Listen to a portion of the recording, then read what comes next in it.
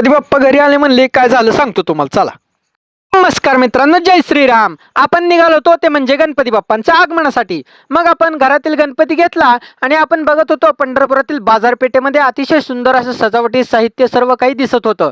त्यानंतर आपण अशा प्रकारे पुढे येत राहिलो आणि तुम्ही बघू शकता अतिशय सुंदर असं वाटत होतं.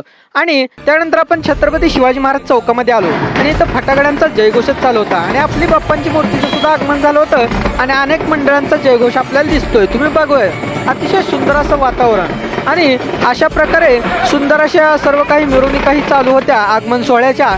त्यानंतर अशा प्रकारे आपण रिक्षात बसून हळूहळू गणपती बाप्पांचं आगमन सोहळा घेत होतो. आणि काय अशा प्रकारे पाऊस तर चालूच होता, बाप्पांचं आगमन लई पाऊस. नंतर आपण घरापाशी आलो आणि जयघोष करत बाप्पांची मूर्ती घरामध्ये नेली. बघू शकता अतिशय सुंदर असं वातावरण होतं आणि बाप्पांसोबत असे फोटो काढले. त्यानंतर काय बाप्पा आले म्हणले की सजावट चालू झाली. त्यानंतर आपण गल्लीमध्ये गेलो रात्री जेवण करून, तर बघतो तर गल्लीमध्ये सुद्धा मंडप घालण्याची सुरुवात झाली होती. आपला मंडळ डायरेक्ट आदल्या दिवशी रात्रीच असतो. स्वारगेट कॉर्नर एकमेव पंढरपुरातील गणपती मंडळ.